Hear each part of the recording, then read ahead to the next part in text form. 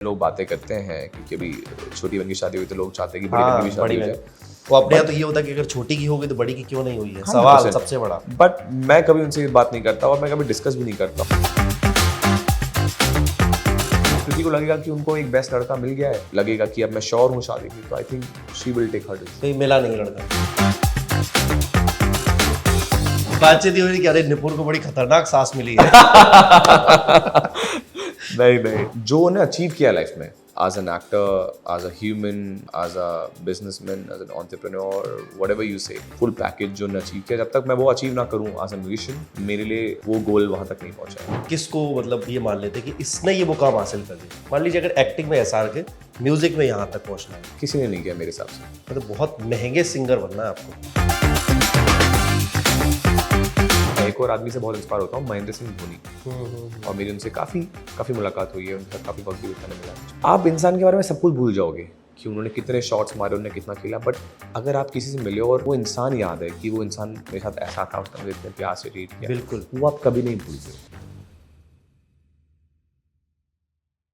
Stylish singer, Bhopal का लड़का step in when मेरे सामने मौजूद है।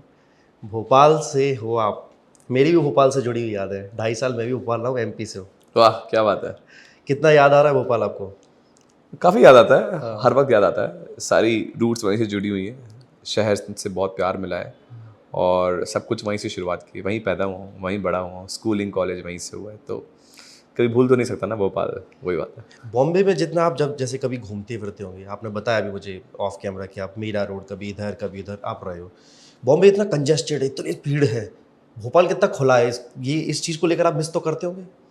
100% वो चीज़ है, बट मुझे लगता है कि आप अपना रास्ता ढूंढ लेते हो। मैंने बॉम्बे में वही रास्ता ढूंढ लिया है। मैं घर पे अकेले ही रहता हूँ, घर पे मुझे वही सुकून मिलता है जो मुझे भोपाल मिलता था, कि जहाँ कोई नहीं, हम बस, मैं, मेरे माँ बाप, मैं और वक्त उनके साथ, और उसके अलावा दुनिया मुझे दिखती नहीं है।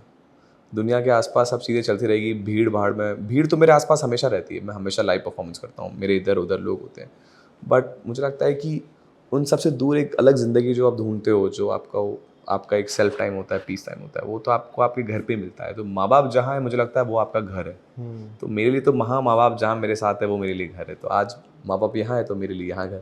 और ढूंढते ढूंढते नूपुर तक पहुँच गए। अब वो भी घर पे आ गई हैं, अब वो भी घर का एक हिस्सा बन गई है, परिवार। ओके, भोपाल का कॉलेज लाइफ कैसा था आपका? भोपाल का कॉलेज लाइफ मेरा बहुत अच्छा था। मैं बहुत ही ज़्यादा मस्तीखोर था अपने स्कूल कॉलेज टाइम पे, और हमारा बॉयज़ गैंग होता था, हम खूब लड़ाई झगड़े, मज़े करने, फ़न करना, और खूब हमारी भी रैगिंग ली जाती थी, मस्ती होती थी, हम भी बहुत मज़े से रैगिंग देते थे, मस्ती करते थे, बहुत मारा पीटी करते थे स्कूल कॉलेज में। और म्यूज़िक भी मेरे साथ उस वक्त चल रहा था, क्योंकि मेरा एक बैंड था जब मैं कॉलेज में था उस वक्त, तो वो बैंड लेके भी हम परफॉर्म करते थे, तो बहुत ज़्यादा कॉलेज बंक करते थे, और और बाकी म्यूज़िक पे फोकस करते थे हम लोग। और कहीं ना कहीं वो चीज़ ने मुझे आज जहाँ पहुँचाया है, क्योंकि हमने चुप चुप के बहुत म्यूज़िक सीखा है, बहुत म्यूज़िक प्रैक्टिस की है, बहुत परफॉर्मेंसेस की है। कॉलेज में भी हम बहुत स्ट्रिक्टली इंटर कॉलेज कॉम्पिटिशन में परफॉर्म करते थे और जीतने की कोशिश करते थे हमेशा। भोजताल पे तो कई बार गए होंगे गाने के लिए। कहाँ पे? भोजताल, भोजताल? अपना तालाब भोपाल वाला बड़ा हाँ, वाला। तालाब में बिल्कुल 100%। बड़ा तालाब यार, वीआईपी लेक, बड़ा तालाब, छोटा तालाब, शाहपुरा लेक। मैंने पूरी ज़िंदगी वहीं गुजारी, यहीं बैठ बैठ के। हम दिन में जाते थे शाहपुरा लेक, और शाम को जाते थे वीआईपी लेक, कभी यहाँ कभी वहाँ, इधर उधर बैठने के लिए। खाने को लेकर बताओ, क्या खाने का आपको ज़्यादा शौक रहा भोपाल में? भोपाल में तो मैं सड़क पे जो मिल जाए, जो सड़क पे मिल जाए, चाउमीन से लेकर गोलगप्पा से लेकर, हम वहाँ पे फुल्की बोलते हैं गोलगप्पा को, और पोहा जलेबी का कोई वक्त नहीं होता था, सुबह शाम रात कभी भी खाते थे। तो भोपाल में मैंने, मुझे लगता है यही सब ज़्यादा खाया है। किसी भी सड़क पे, किसी भी कोने में चाउमीन, कभी नहीं देखूंगा कि ये कहाँ का मिल रहा है, ये किसने बनाया है, ये कहाँ का पानी है, कुछ नहीं देखता था मैं। जितने में बंदा बना के दे रहा है, जहाँ पे बना के दे रहा है, जहाँ पे उसने अपना सड़क पे स्टॉल लगा रखा है, चाहे साइकिल पे चाहे कहीं पे, मैं वहीं बैठ के खाने खाता। मतलब खाना और स्टे में बस। Plus music. म्यूजिक में आपने 10 साल लगभग बॉम्बे में आके गुजार ली। अभी और क्या ख्वाहिश है? वैसे अभी तो बहुत ज़्यादा है, लेकिन फिर भी मुकाम क्या रखा है आपने? आई थिंक ख्वाहिशें तो मेरी बहुत ज़्यादा है मेरी ज़िंदगी में। मुझे लगता है कि एक सेट मार्क बना हुआ है कि लाइफ में इतना तो करना ही है। पहले तो मुझे लगता है कि उसी की तरफ दौड़ रहा हूँ, भाग रहा हूँ। सपोज़ अगर आप बोलो कि जैसे हमारे लिए शाहरुख खान है एक्टिंग इंडस्ट्री में, मुझे लगता है कि फ्रॉम दैट म्यूज़िक इंडस्ट्री के अंदर मैं बनना चाहता हूँ वैसी, वो एक लिमिटेशन है, उसके नीचे कुछ नहीं है लाइफ में। जब तक आपने उतना अचीव नहीं किया म्यूज़िक इंडस्ट्री के अंदर या उस म्यूज़िक इंडस्ट्री के अंदर, मैं वो बहुत डिफरेंट इंडस्ट्री है, acting industry, music industry, but जो उन्हें अचीव किया लाइफ में as a as an actor, as a human, as a businessman, as an entrepreneur, whatever you say, full package जो उन्हें अचीव किया, जब तक मैं वो अचीव ना करूँ एज अ म्यूजिशियन, मेरे लिए वो गोल वहाँ तक नहीं पहुँचा है। तो म्यूजिक इंडस्ट्री में आप किसको मतलब ये मान लेते हैं कि इसने ये मुकाम हासिल कर लिया? मान लीजिए अगर एक्टिंग में एसआर के, म्यूजिक में यहाँ तक पहुँचना है। किसी ने नहीं किया मेरे हिसाब से। मेरे हिसाब से बहुत लोगों ने बहुत अच्छा किया है और वो बहुत अच्छा है, वो भी बहुत मुश्किल है। सब लोगों ने अपने अपनी अलग अलग तरीके से अचीव किया, बट जो शाहरुख खान ने अचीव किया है वो उनकी अपनी जर्नी है और वो बहुत अलग अचीव किया उन्होंने। वो मैं इसलिए भी बोल रहा हूँ क्योंकि I don't think so any musician has made $1.3 billion, मतलब कि कोई बिलियनर बना है हमारी म्यूज़िक इंडस्ट्री से। तो मुझे लगता है कि कोई सिंगर या कोई कंपोज़र, अगर मैं बात करूं कि किसी की तरह जिन्होंने बहुत अच्छा किया है, तो ऑब्वियसली लता जी, ये जो लेजेंड्स हैं, अपने रफ़ी साहब, अपने किशोर दा, अपने पुराने सिंगर्स में जितने भी अपने कुमार सानू, ये सब लेजेंड्स हैं और ये सब मेरे लिए ये एक लेवल है म्यूज़िक इंडस्ट्री का। मुझे लगता है कि इनकी तरह हम गायकी, बट मैं वो मेरे लिए से वो इम्पोर्टेंट नहीं है कि मैं इनकी तरह गायक बनना चाहता हूँ या मैं चाहता हूँ कि मेरी लाइफ में बहुत बड़ा वो है। मैं चाहता हूँ कि मेरे एक पूरे मैं एक $1 बिलियन आदमी बनूँ, मैं अपने लिए इतना अचीव करूँ, मैं अपने लिए एक मन्नत जैसा घर बनाऊँ, मैं अपने लिए लाइफ में इंडिया को बाहर रिप्रेजेंट करूँ, कुछ ऐसा करूँ जो कोई और ना कर रहा हो। वो मेरे लिए मेरी एग्जिट जर्नी है, जो किसी और ने नहीं किया हो। जो सबने किया हुआ वो जर्नी तो ऑलरेडी बहुत लोगों ने अचीव करी हुई है इंडिया में। बहुत बड़े बड़े आर्टिस्टों ने बहुत अच्छा काम किया हुआ है, जिनकी तरह आज भी लोग बन नहीं पा रहे, और जो बहुत मुश्किल है और रास्ता बहुत लंबा है। बट मुझे लगता है कि मैं बिलीव करता हूँ कि कोई लिमिटेशंस नहीं है दुनिया में। मतलब बहुत महंगे सिंगर बनना है आपको। महंगे सिंगर बनना है डेफिनेटली, और बहुत ऐसा सिंगर बनना है जिसको सब प्यार मिले। शाहरुख खान सिर्फ एक बहुत महंगे आर्टिस्ट नहीं है कि उनने इतना $1.3 बिलियन, उनने एक ऐसा प्यार इज्जत कमाई है कि उनके घर के बाहर उनको एक झलक उनकी देखने के लिए लोग मर रहे हैं रोज। आप समझो कि वो प्यार ही तो है लोगों का, कि जो उनको देखने के लिए लोग पागला रहे, एक स्टारडम। तो हर चीज को जो बैलेंस किया है किसी ने, वो शाहरुख खान है। स्टारडम, वेल्थ, फैमिली, सही टाइम पे फैमिली बनाना, बच्चे बड़े हो गए, सारी चीज़ें, हर चीज़ को बराबर बैलेंस किया। ये सब लोग नहीं कर पाते, हर चीज़ को राइटली बैलेंस करना। किसी ने बहुत सक्सेस देखा है, उन्होंने पैसा कम कमाया, किसी ने पैसा बहुत कमाया, सक्सेस कम दिखाया है। कुछ सब में कुछ ना कुछ वो चीज़ है। Ideally for me SRK in this country is the top. मुलाकात हुई कभी? 100%। बहुत अच्छी मुलाकात हुई उनसे। मैं सलमान भाई के बर्थडे परफॉर्म करा था और उस वक्त वो आए थे और हमारा एक वीडियो भी वायरल हुआ था, प्यारा सा हग करते हुए। वो उनकी एक आदत है, जब भी किसी को ग्रीट एंड मीट करते हैं तो एक प्यार से गाल पे किस करते हैं, आशीर्वाद देते हैं, ब्लेसिंग देते हैं, सर पे यहाँ पे ब्लेसिंग दे देते हैं।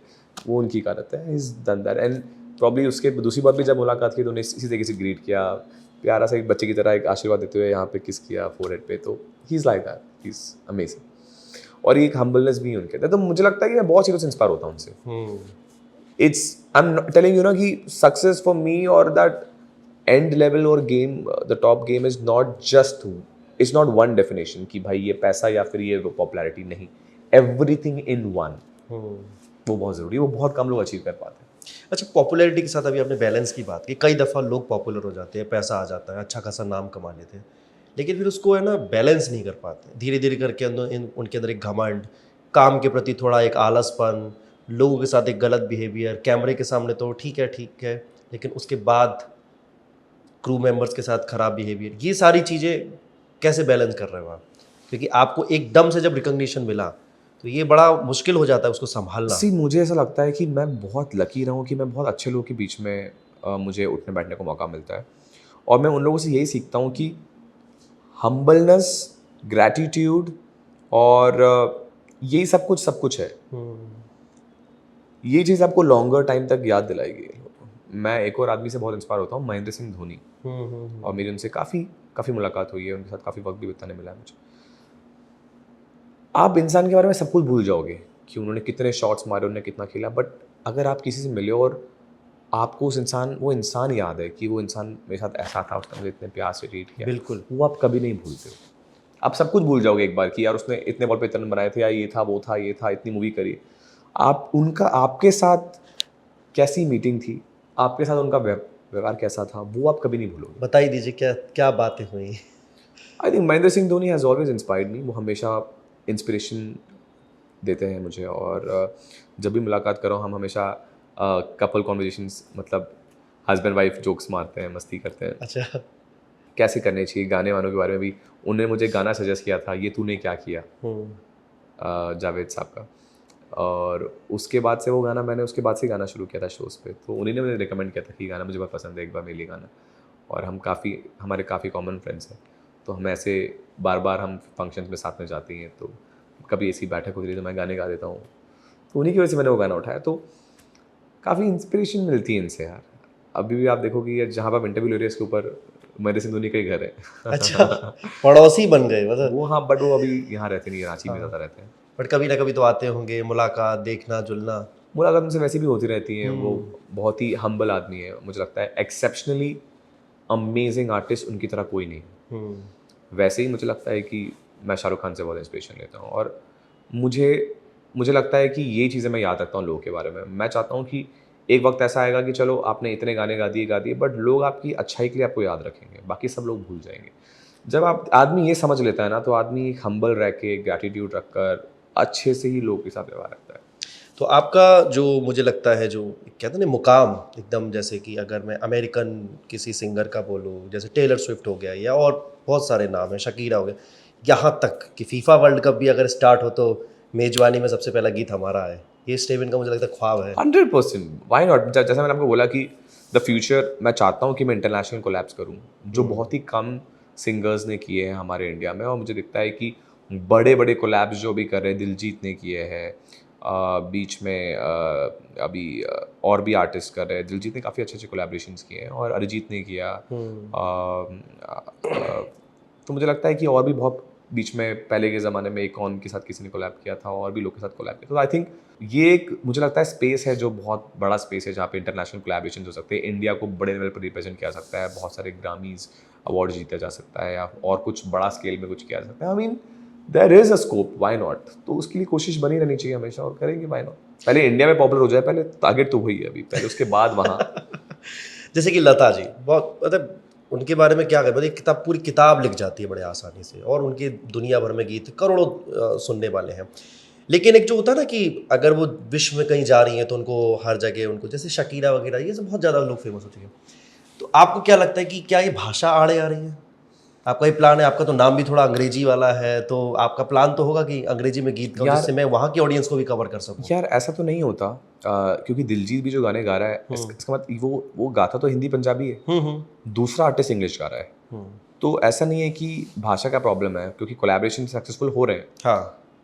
मुझे लगता है कि सिर्फ एक गाना वायरल होने की बात होती है। अब फॉर एग्जांपल, अब मैंने कल एक गाना गा दिया, मान लो टेलर स्विफ्ट के साथ एग्जांपल, और वो गाना मैंने हिंदी में गाया, उसने इंग्लिश में गाया है, और अगर वो वायरल हो गया तो फिर वो वायरल हो गया, फिर वो, तो मुझे लगता है कि उस वक्त शायद इतने स्कोप नहीं रहे होंगे लता जी के टाइम पर कि, हाँ, बिल्कुल, कि इतने कोलैबोरेशंस। और लता जी खुद में इतनी बड़ी इंडियन आर्टिस्ट थी कि मुझे लगता है कि किसी को उनको ज़रूरत ही नहीं होगी कभी भी, क्योंकि उस वक्त ये स्पॉटिफाई वॉटिफाई इतना था नहीं। उस वक्त ज़्यादातर लोग सुनते थे मोबाइल में गाने, टीवी में गाने, रेडियो, और उनसे बड़ा आर्टिस्ट कोई था नहीं। लता जी की आवाज़ हर घर तक पहुँचती थी। तो मुझे लगता है ज़रूरत नहीं सोची होगी कभी की। आज लगता है कि इतने एप्लीकेशंस आ गए, इंस्टाग्राम आ गया है, स्पॉटिफाई आ गए, और ऐप्स आ गए, तो अब लगता है कि इंटरनेशनल कोलैबोरेशंस भी करने हैं, और आउटसाइड मार्केट भी बनाना है, ये भी करना है, वो भी करना है, तो व्हाई नॉट। अब दिलजीत ने किया तो अच्छा लगा, अरिजीत ने किया अच्छा किया, और आर्टिस्ट कर रहे अच्छा लग रहा है। So that is giving more opportunities to more people.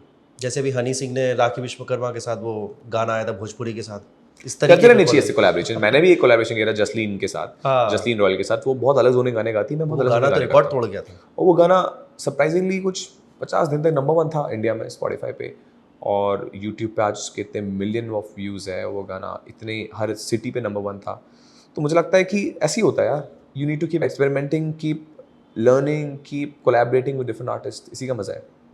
जैसे आप टूर करते हो, आपने वर्ल्ड टूर भी किए हैं, जगह जगह आप जाते हो, पाकिस्तान से कभी बुलावा आया, आप कभी गए? नहीं, मेरे को बुलावा आया नहीं और मैं कभी गया भी नहीं, और शायद बुलावा आएगा तो शायद जाना भी नहीं चाहूँगा जब तक हमारे इस देश की चीज़ें वहाँ से ठीक नहीं होती। तो मुझे लगता है क्योंकि सबसे ज़्यादा शोज़ मैंने इंडिया में ही किए और मेरे सबसे ज़्यादा शोज़ इंडिया में ही होते हैं और मुझे सबसे ज़्यादा प्यार इसी देश ने दिया है और यहीं से मैं बड़ा हुआ हूँ और सब कुछ मुझे यहीं से मिला है। तो मुझे लगता है कि I really salute our soldiers, our people, our army, our Indian army जो इतनी मेहनत कर रहे हैं। तो मैं कभी भी किसी भी वजह से उनके अगेंस्ट नहीं जा सकता या उनके खिलाफ नहीं जा सकता या जो चीज़ हमारी कंट्री के अगेंस्ट में है। तो मुझे लगता है कि आई एम वेरी हैप्पी। कभी किसी दिन ये बोल दिया जाए कि आप बाहर कोलैबोरेशन भी मत करना तो मैं वो भी नहीं करूँगा। I am really happy with people और मुझे लगता है कि the way India has given me love, इतनी बड़ी पॉपुलेशन कहाँ मिलेगी आपको, करेक्ट। कभी ज़रूरत ही नहीं पड़ी कहीं जाने की। मेरे तो बाहर के भी जो शोज़ हुए वो भी इंडियन कम्युनिटी के थे क्योंकि आज के हिंदी कोई बाहर सुनता नहीं है, तो सिर्फ इंडियंस ही जो अक्रॉस दुनिया में बैठे वही सुनते हैं। तो मेरे जो बाहर के शोज़ भी हुए वो इंडियंस नहीं सुनने के लिए बुलाया, तो उसका मज़ा अलग है। लोग जब इकट्ठे मिलते होंगे, जैसे 4-5 सिंगर्स ही अगर बैठ गए, क्या चर्चाएं होती हैं आप लोगों के बीच में? कभी ऐसा हुआ कि आप 4-5 लोग होते जिनके आप बड़े बड़े नाम, जैसे मान लो हनी सिंह बैठे हैं इधर, बी प्राक बैठे हैं इधर, करण औजला बैठे हैं, दिलजीत दोसांझ, स्टेव इनमैन, क्या चर्चाएं होती हैं? आई थिंक मेरी एक आदत है कि जब मैं किसी के साथ भी बैठा तो मैं म्यूज़िक की चर्चा नहीं करता हूँ। ओह, मेरी एक हमेशा आदत है। अगर मैं क्रिकेटर के साथ बैठूंगा तो क्रिकेट की बातें नहीं करूँगा। अगर मैं एक्टर के साथ बैठूंगा तो मैं एक्टिंग की बातें नहीं करूँगा। मैं सिंगर के साथ बैठूंगा सिंगिंग की बातें नहीं करूँगा। ये मेरी आदत है। मुझे ऐसा लगता है कि there is a world beyond your work, beyond what you do. मैं हूँ सिंगर बट मेरा दिमाग बहुत बिजनेस में चलता है और मुझे लगता है कि मैं हर तरफ छोटी छोटी चीज़ें करता रहता हूँ। हर तरफ मेरा एक जैसे स्टॉक मार्केट से लेकर रियल एस्टेट से लेकर या स्टार्टअप से लेकर या हर चीज़ में मेरा दिमाग चलता है। तो मुझे लगता है इन्वेस्टमेंट कर रखे हैं, बिजनेस छोटी छोटी चीज़ें तो 100%। कुछ बताना चाहो कहाँ कहाँ? अभी तो इट्स टू सून कि मैं बता पाऊँ। मुझे लगता है दुनिया को जब तक खुद ना पता चले जब तक मैं बताऊँ। उफ, वो रास्ता ऐसा होना चाहिए कि जब वो खुद अपने में बात करे। सिंगिंग में मैं अपने बारे में कहीं बताया नहीं, जब लोगों को पता चला कि मैं सिंगर हूँ तो लोगों को पता चला, तो शायद धीरे धीरे पता चलना चाहिए। मैं जब सिंगर के साथ बैठता भी हूँ, कभी बहुत ही कम बैठता हूँ, मेरे बहुत कम म्यूजिशियन फ्रेंड्स है या सिंगर फ्रेंड्स है, कभी भी जब बातचीत होती है तो हमारी अलग ही बातचीत होती है दुनिया के बारे में, मस्ती के बारे में। कभी चलो गेम खेलते हैं, फन करते हैं, या चलो आओ एक दो ड्रिंक लगाते हैं, मस्ती करते हैं, बस। कभी ये बात नहीं आओ गाने बनाते ये करते वो नहीं, कभी नहीं। अच्छा, आप शुरू से ही फैशन में इतने ज़्यादा इंटरेस्टेड थे कि मतलब बाद में धीरे धीरे करके, मतलब शुरू से अच्छे कपड़े पहनना, अच्छे लुक्स, ये सब नहीं, स्टाइलिश? मैं फैशन डिजास्टर था। ओह, और मुझे लगता है कि हम सब वक्त के साथ सीखते हैं। तो किसने बदला? वक्त ने बदल दिया यार, अपने आप? अच्छे लोगों ने बदल दिया। मतलब मुझे लगता है आपको एक्सपोजर मिलता है अच्छे सिटीज़ में, ग्रूमिंग होती है आपकी, तो आप अपने आप ग्रूम होते जाते हो, आप अपने आप सीखते जाते हो। देखिए, इंस्टा का अगर आपका बायो ना पढ़ा जाए और देखा जाए तो ऐसा अरे ये कोई मॉडल है क्या कोई एक्टर है? नहीं, इट्स स्वीट ऑफ यू। मुझे लगता है ऐसा कुछ नहीं है। मुझे लगता है कि मैं बस तैयारी कर रहा हूँ अपने आप पर। मैं और हर शो से कुछ ना कुछ सीखता हूँ। हर साल मैं अपने आप में और कोशिश करता हूँ वर्क करने की, अपने आर्ट पे, अपने लुक्स पे, अपने फैशन गेम पे, अपनी स्टाइलिंग पे, अपने वार्डरोब पर, या अपनी गायकी पर, या अपने स्टाइल ऑफ गानों पर, या अपनी नई नई चीज़ों पर। मेरी आदत है, मुझे सीखने का बहुत शौक है हर चीज़ को, मुझे एक्सप्लोर करने में मज़ा आता है। एक दो गानों में तो आप फीचर हुए हो, आगे चल के एक्टिंग में भी इरादा है कुछ? मेरे आगे की प्लानिंग यही है कि मैं हर गाने में फीचर हो रहा हूँ। क्या बात है! Almost every song I am featuring because I am also working on my self. And मुझे लगता है कि ऑब्वियसली जो आप एक म्यूज़िक लवर्स जो आपने बनाया है, जो आपने एक खुद का एक म्यूज़िक फैंडम बनाया है, उसमें वो लोग आपको हर तरह से देखना चाहते हैं। उन्हें मज़ा आता है जब वो आपको टीवी पे देखते हैं या फिर इधर देखते हैं उधर देखते हैं, तो वो चाहते हैं कि वो मुझे देखें। तो मैं उनके लिए ज़रूर चाहूँगा कि मैं ज़्यादा से ज़्यादा आप सॉन्ग्स पे मैं दिखूँ, फीचर हूँ और उनको प्यार दे पाऊँ। जैसे मेरे कुछ गाने थे जो तू मेरे दिल खिले, वो सब ओवर 100 मिलियन हिट्स हैं उन पे, जो जिसमें मैं फीचर हुआ हूँ। तो मुझे लगता है लोगों ने बहुत प्यार दिया है। एक और गाना है मेरा दिल भी इतना पागल, उसमें भी मैं फीचर हुआ था। तो कहीं ना कहीं आई एम वेटिंग कि मैं और गाने करूँ और लोग मुझे और प्यार दें, और उसके बाद शायद प्रॉब्ली एक फिल्म और एक वेब सीरीज, जो भी मेरे दिमाग में एक प्लान है, सीक्रेट प्लान, वो मैं ज़रूर एक्टिंग में भी उतर जाएंगे आप फिर धीरे धीरे करके, सोनू निगम बनना है? नहीं, मुझे किसी तरह नहीं बनना एक्टिंग इंडस्ट्री में। मुझे ऐसा लगता है कि मेरी खुद की जर्नी रहेगी। ओके। और मुझे लगता है कि ना मुझे सोनू निगम बनना है, ना मुझे हिमेश रेशमिया बनना है। सोनू निगम जी सिंगिंग में मेरे लिए 100% द बेस्ट एग्जाम्पल है। सबसे अच्छे गायक है, सबसे अच्छे गाते हैं, बट एक्टिंग इंडस्ट्री में मुझे एक एक्टर की तरह ही एक्टर बनना है। वो मुझे ऐसा लगता है कि कभी मैं एक्टिंग में एंटर करूँ, जो मेरी खुद की प्लानिंग्स हैं छोटी मोटी, वो मैं अलग स्पेस में करना चाहता हूँ बहुत। वो मैं बहुत म्यूजिकल शोज़ की तरफ जाना चाहता हूँ। मैं कभी एक्टिंग करता हूँ आपको दिखाई दिया तो आप याद रखना, it will be only be a musical acting और अ वेब मूवी और व्हाटएवर सीरीज। तो क्लासेस चल रही हैं मुझे लगता है। कुछ छोटी मोटी चीज़ें लाइफ में कुछ चल रही चुपचाप से। जो रिवील नहीं करना बहुत चाहते। जल्दी सरप्राइज बनेगा लोग। क्या बात है।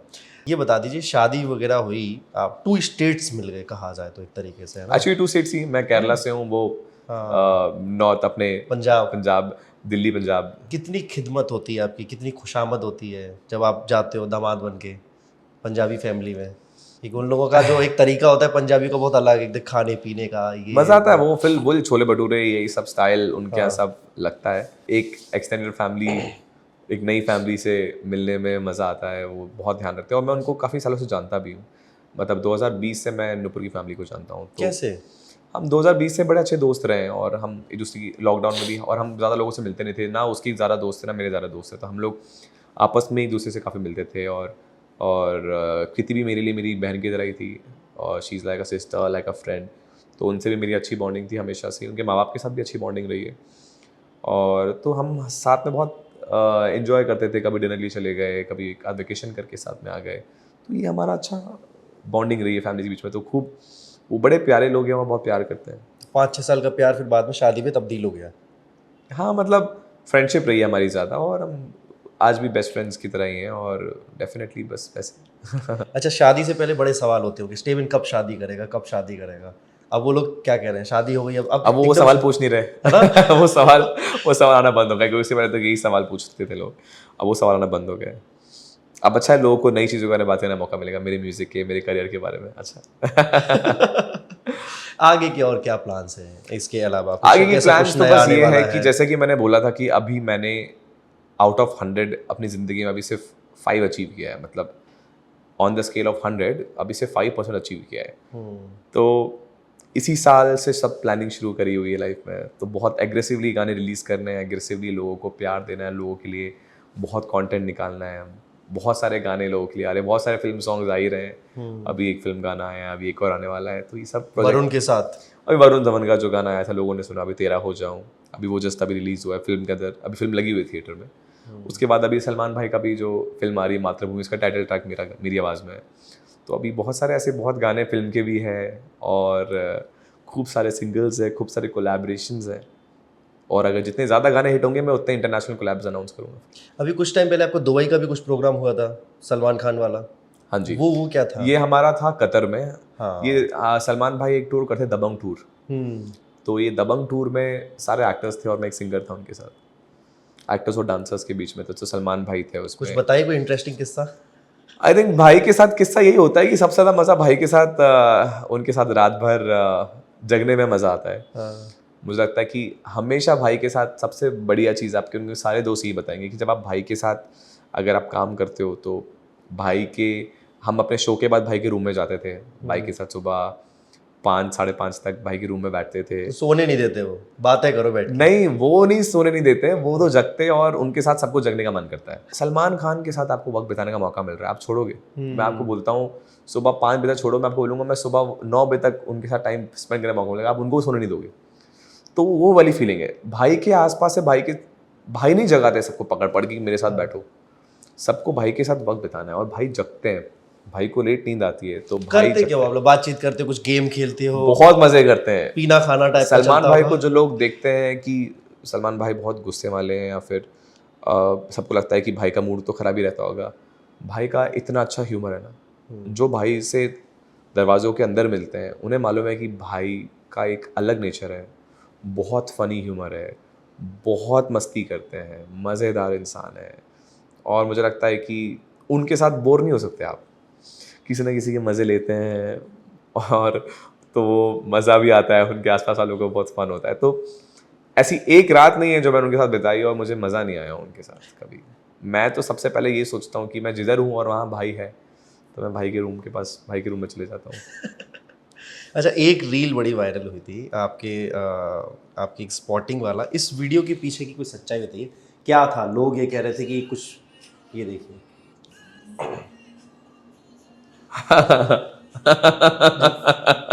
अच्छा ये वीडियो मैं समझ गया। हाँ, इसके पीछे बताइए, फोटो क्या हुआ था? कुछ क्लिक नहीं करवाना चाह रही थी आंटी जी? नहीं क्या तो था? मेरे जो माँ बाप है बड़े सिंपल से लोग हैं, वो जब मीडिया देखते हैं तो वो पहले ही चले जाते हैं अंदर या बाहर, या वो ज़्यादा नहीं आते मीडिया के सामने, और वो यही सोचते हैं कि चलो तुम्हारा काम है, तुम्हारे लिए मीडिया इंपॉर्टेंट है, या फिर तुम इस इंडस्ट्री से हो तो तुम मीडिया तुम्हें देखना चाहती हो, ठीक है, बट हम इस इंडस्ट्री से नहीं, मीडिया हमें नहीं देखना चाहती है, लोग हमें देखना नहीं चाहते, तो हम एक काम करते हैं, हम निकल जाएंगे। तो यही वाली बात हुई कि अब अब हमें नहीं पता था कि उस वक्त उस जगह पे मेरे पापा मम्मी को नहीं पता था कि मीडिया है। जैसे ही फ्लैश लाइट दिखी तो पापा मम्मी को लगा कि मीडिया, अब उनको समझ नहीं आया, तो उन्होंने बोला हम आगे निकल जाते हैं। तो मैंने बोला ठीक है आप आगे निकल जाओ, हम पीछे पीछे आते हैं। तो यही हुआ। तो अब वो आगे निकलते गए। अब नुपुर ने उनको रोकने की कोशिश करी कि जब तक तुमको पता भी नहीं चला किसने रोका, किसने क्या आवाज़ आई, वो तो निकल गए अपने, उनको ऐसा लगा था कि अरे मीडिया निकलो। क्योंकि बातचीत ही हो रही कि अरे निपुर को बड़ी खतरनाक सांस मिली है। नहीं, उल्टा उल्टा I think if you'll meet my mom and dad you'll understand that they're the most simple people। उनकी पूरी ज़िंदगी उनके बच्चों के आसपास रोटेट होती है। उनकी ज़िंदगी में उनके लिए उससे बढ़कर कुछ नहीं है। मेरे माँ बाप चाहते थे कि वो रिटायरमेंट के बाद केरला जाके रहे, उनको उसी में सुख मिलता, वहीं के प्लांटेशंस, वहीं की लाइफ उनको बहुत पसंद थी। बट दे डिसाइडेड कि नहीं, बच्चों के साथ रहेंगे, मतलब क्योंकि बच्चों ने जिद करी कि हमारे साथ रहो। तो उनकी ज़िंदगी सिर्फ उनके बच्चों के आसपास ही घूमती है। तो माँ बाप से ज़्यादा अच्छी चीज़ें क्या हो सकती है? They are very simple people. तो इसी वजह से तो मतलब जो लोग कह रहे हैं सोशल मीडिया पे वो गलत है। किस तरीके का रिश्ता है सास और बहू का? बहुत बढ़िया हम यार। इंडियन से जानना चाहते हैं सास और बहू का रिश्ता। सास बहू का रिश्ता ऐसा है कि जब हम घर पे गेम खेलते हैं तो सास और बहू एक ही टीम में होते हैं। अच्छा, अब आप समझ लो कि कैसा रिश्ता है। तो आप और पापा एक तरफ और वो दोनों एक टीम में होते हैं और हम गेम खेलते हैं। ओके। कृति सेनन को जब भी आपने बताया कि बहन की तरह है, कृति का जब आप क्राफ्ट देखते हो, उनका जब आर्ट देखते हो, एक्टिंग देखते हो, तो किस तरीके की फीलिंग्स आती है कि यार ये एक नए दौर की एक सुपरस्टार तो है बन चुकी, कहाँ तक पहुँचने का आपको लगता है कि यहाँ तक तो जरूर पहुँचेंगे? यार जब मैं कृति को देखता हूँ तो मुझे ना अपनी जर्नी काफ़ी रिलेट होती है मेरी, और शायद कहीं ना कहीं इसलिए मैं उनसे बहुत कनेक्ट करता हूँ, क्योंकि जैसी उनकी जर्नी रही, खुद से आके मेहनत करके खुद आगे बढ़ना, खुद स्टारडम लेके आना, सारी चीज़ें उनने खुद से करी, और वो इतनी बड़ी स्टार आज के टाइम में बन गई है, और कहीं ना कहीं ग्राउंड से जुड़ी हुई है, माँ बाप से जुड़ी हुई है, हर चीज़ उनकी बेस्ट है। और मुझे लगता है कि उनका फ्यूचर भी बहुत ब्राइट है। अभी वो बहुत आगे बहुत जाएंगी, बहुत आगे जाने वाली, उनकी बहुत मूवीज़ लाइंड अप है, और मुझे लगता है कोई लिमिट नहीं है। हाँ, लगभग 4-5 साल का तो अभी उनका एकदम लॉक है, 2030 तक। और आप देखो अभी back to back hit films दे रही हैं, और अच्छी अच्छी फिल्म्स लाइंड अप है, and she is also over the years become a better actor, और वो लोगों को दिख रहा है, उनका फैंडम बढ़ रहा है, लोग उनको और प्यार मोहब्बत दे रहे हैं। So I think I am very sure that she will do wonders and she'll make everyone proud, which she's already doing. I'm so super proud of her. Nupur के क्या प्लान्स हैं जो आपको पता है, आप दोनों बैठ के डिसाइड करते So हो? Nupur has done a lot of things. She has learned classical music earlier, and then she was also wanting to do music videos. In between, she did a web show also with Kunal Kimu, and then she did a short film also. And मुझे लगता है कि she doesn't like कि उसको free होने का मौका मिले। In between she wanted to do films also. तो उसको लगता है कि फिल्म्स के बीच में जो ब्रेक मिलता है ना, जब आप एक फिल्म करो दूसरी फिल्म करते हो, या आपको जब एक लंबा सा ब्रेक मिलता है, जब अगर आप बहुत सक्सेसफुल एक्टर हो कि आपके पास वक्त ही ना हो, बट नुपुर को ना फ्री रहना पसंद नहीं है। तो she was thinking about from the beginning, and I was also, she was very keen towards being an entrepreneur and starting her own business, her own clothing label, and I was also supporting her too much. मुझे लगा था कि इससे अच्छा कुछ हो नहीं सकता, क्योंकि एक बिजनेस में क्या है, तुम 24 घंटे बिजी रहोगे और तुम पूरे through out the year busy रहोगे, और बिजनेस सक्सेसफुल हो गया तो फिर तुम्हारे लिए अच्छा कुछ नहीं हो सकता।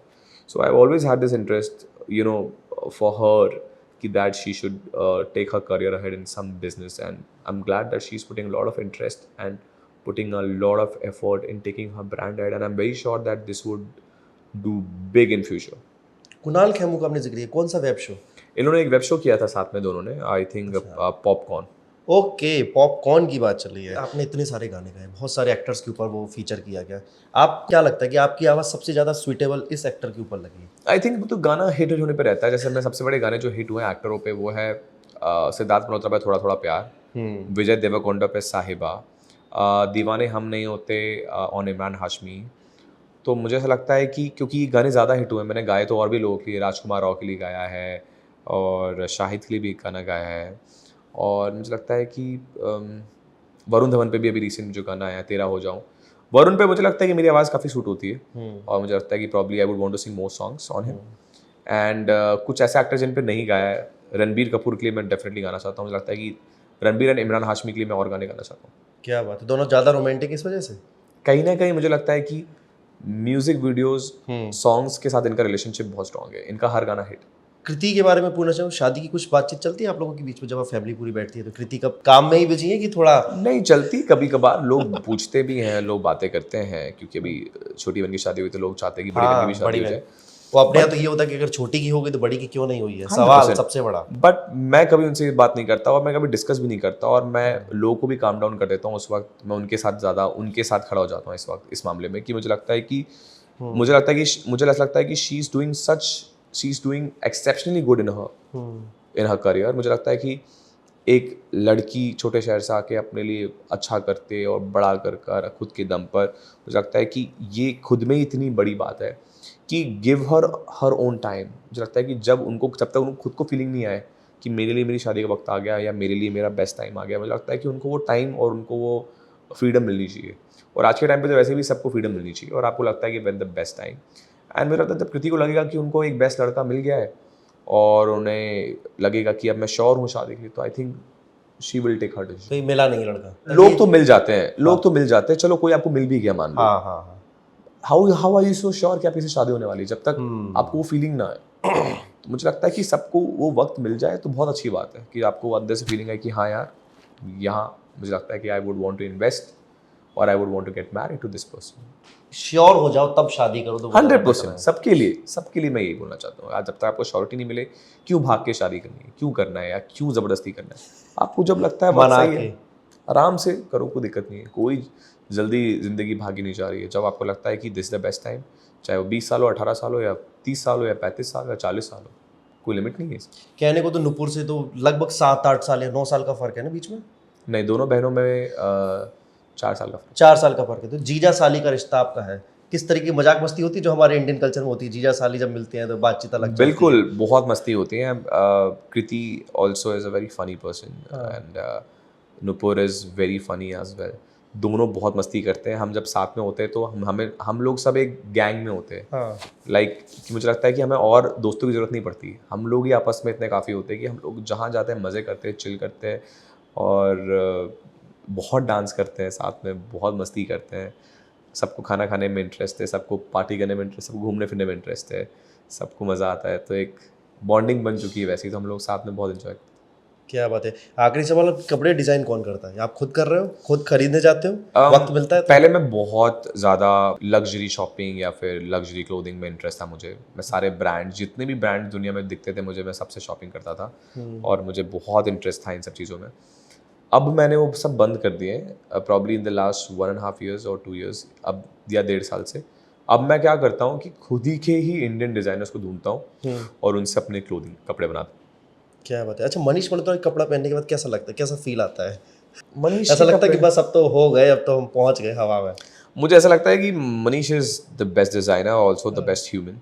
तो मनीष के साथ कुछ भी करने में, एसोसिएट होने में बहुत अच्छा लगता है, क्योंकि he is a fabulous person and वो दिखता है उनके अंदर, वो बहुत पैशनेट है अपने काम के अंदर। तो मुझे लगता है कि जब पैशनेट लोग के साथ आप जुड़ते हो, उनके साथ काम करते हो, तो बड़ा मज़ा आता है।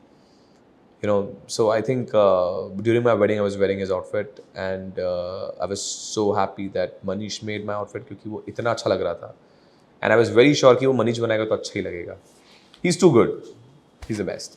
आपने कुमार सानू का भी एक गाना गाया था, तो आपने रिक्रिएट किया था। मेरा दिल भी कितना पागल। हाँ, कितना ज़्यादा आप डरे हुए थे कि एकदम चैलेंज की तौर पे लिया था कि यार? 2018 में ये गाना रिलीज हुआ था, तो मैंने इसको 2017-18 में गाया होगा, जब मैं एकदम नया था, जब मैंने माइक पे गायकी शुरू ही करी थी इनिशियली। तो मैं ऑब्वियसली डरा हुआ था और मैं उस वक्त बहुत ही नया सिंगर समझ रहा था, माइक के साथ दोस्ती हो रही थी मेरी, म्यूज़िक में एकदम एंटर कर रहा था, समझ रहा था। तो डिफ़िकल्टी थी ऑब्वियसली कि आप कुमार सानू का गाना गा रहे हो, बट जब मैं देखता हूँ आज भी लोगों को कि वो गाना आज भी ट्रेंडिंग पे होता रहता है पूरे टाइम, दैट मीन्स लोग हर तरीके के अपने एक ऑडियंस है। कुछ लोग आपको बोलेंगे कि नहीं आपने अच्छा नहीं गाया, कुमार सानू जी बहुत अच्छा गाते हैं, वो तो गाते ही हैं।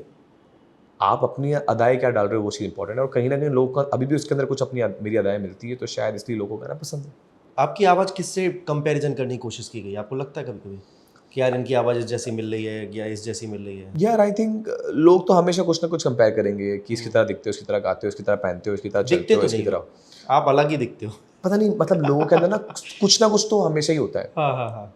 जो चीज़ लोगों ने ज़्यादा देखी है, आपको लगता है आप उनकी तरह एक्टिंग, उनकी तरह गाते हो, उनकी तरह ये।